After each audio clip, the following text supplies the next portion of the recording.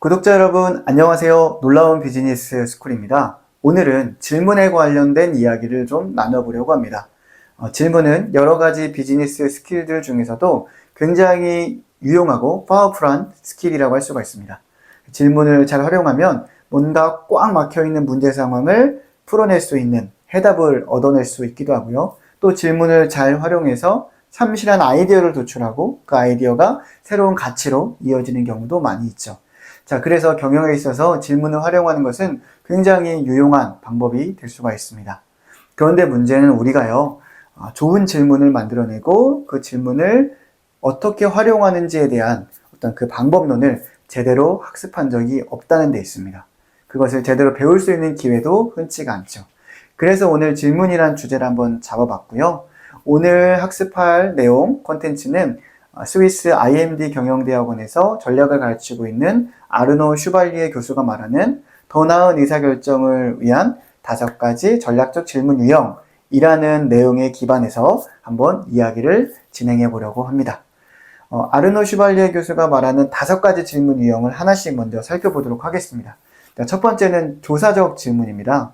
조사적 질문은 어떤 문제의 원인 혹은 본질을 찾아내기 위해서 던져보는 질문이라고 할 수가 있습니다. 예를 들면 이 문제의 원인은 뭐지? 이러한 문제의 근본적인 이유는 뭘까? 이런 질문을 던져보는 것이 바로 조사적 질문이라고 할 수가 있겠죠. 자, 예를 들면은 도요다가 만든 5I 기법 같은 경우가 대표적인 조사적 질문을 경영에 적용한 사례라고 할 수가 있습니다. 5I 기법이란 것은 말 그대로 5번 왜라는 질문을 던져보는 거죠. 자, 사실은 우리가 어떤 문제를 만났을 때 그 문제의 원인은 뭘까? 라고 한 번의 왜를 던져볼 수는 있겠죠. 그런데 거기서 그치는 것이 아니라 첫 번째 질문을 던졌을 때 이러이러한 게 원인일 거야 라는 생각이 떠오르면 그래? 그러면 그것의 원인은 또 뭐지? 그럼 그것의 원인은 또 무엇이지? 이렇게 깊이 있게 총 약 5단계 정도 왜라는 질문을 던져보면서 문제의 본질, 심층적인 원인을 발견해내는 과정이 바로 도요다의 5I 기법이라고 할 수가 있습니다. 자, 이것이 대표적인 조사적 질문의 사례라고 할 수가 있겠죠. 자, 두 번째는 추측적 질문이라는 게 있습니다. 앞서 설명한 조사적 질문이 어떤 문제의 원인을 깊이 있게 파고 들어가는 질문이라면 이 추측적 질문은 상황을 좀 더 폭넓게 파악하고 해석하기 위해서 활용하는 질문입니다. 말 그대로 어떤 가정을 섞어서 질문을 던져보는 거죠. 예를 들면요, 만약에 이런 상황에서 이렇게 행동해보면 어떤 결과가 나올까?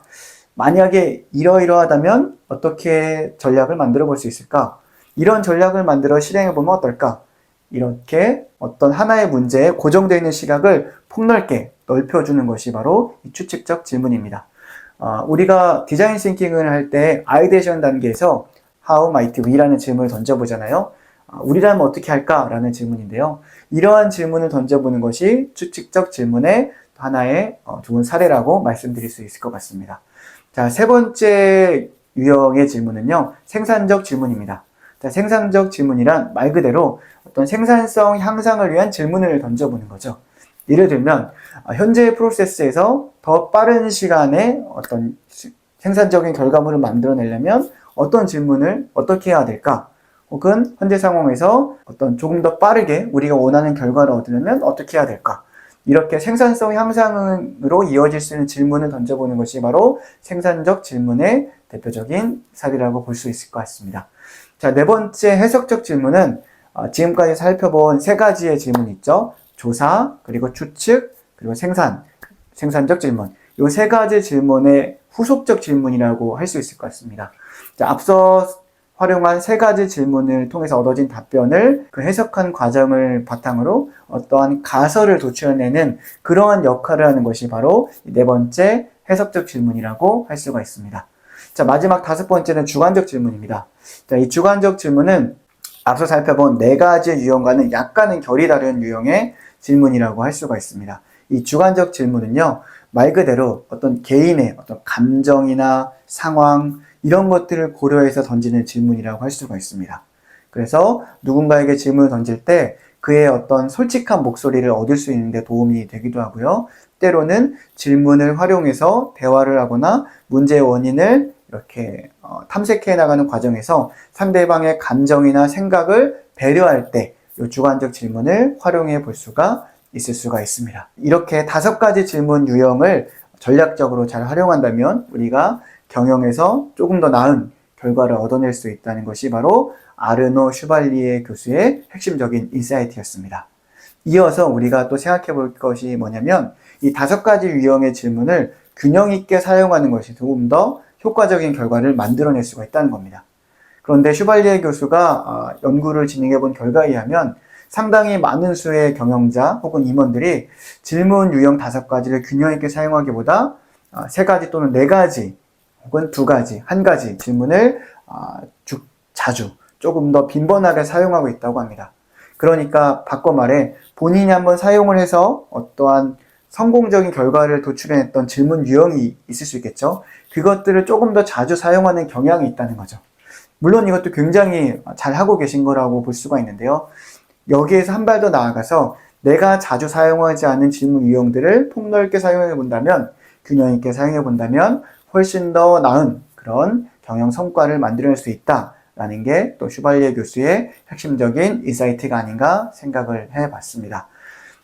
이 질문을 던질 때 또 하나 우리가 생각해 볼 것이 있는데, 질문은요, 던지는 것에서 끝나는 것이 아니라는 겁니다. 네, 질문을 던졌으면 답이 나와야 되겠죠.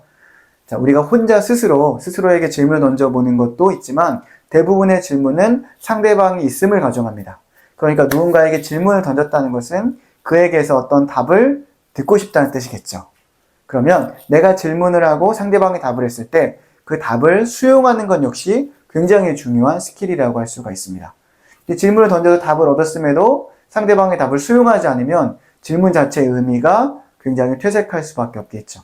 그런 질문은 오히려 내가 가지고 있는 답을 더 확신하기 위한, 내가 맞다는 생각을 더 강화하기 위한 도구로서의 질문이지 진정한 질문이라고 할 수가 없습니다. 그래서 질문은요, 항상 어떤 휴밀리티, 겸손함이라는 바탕 위에서 활용이 되어졌을 때 더 효과적으로 작동할 수가 있습니다. 그러니까 내가 질문을 한다는 것은 이런 가정을 가지고 있어야 한다는 거죠. 내가 어떤 답을 가지고는 있지만 이 답이 확실치가 않을 수가 있어. 그리고 나는 이 문제에 대한 명확한 답을 알고 있지 않아. 다른 사람의 도움을 받아서 어떤 나의 생각의 사각지대를 채워줘야 해. 라는 그런 겸손함을 갖추고 있어야지만 그 위에서 질문이 제대로 작동할 수 있고 그 질문을 활용했을 때 훨씬 더 효과적인 결과를 얻을 수가 있다는 겁니다. 내가 생각하고 있는 답은 확실하지 않을 수가 있고 더 나은 답이 상대방에게 있을 수가 있다. 이러한 지적 겸손함을 갖췄을 때 질문이 더 파워풀한 기술이 될 수가 있다. 라는 부분을 꼭 여러분한테 말씀을 드리면서 오늘 질문에 대한 이야기는 여기서 마무리하도록 하겠습니다.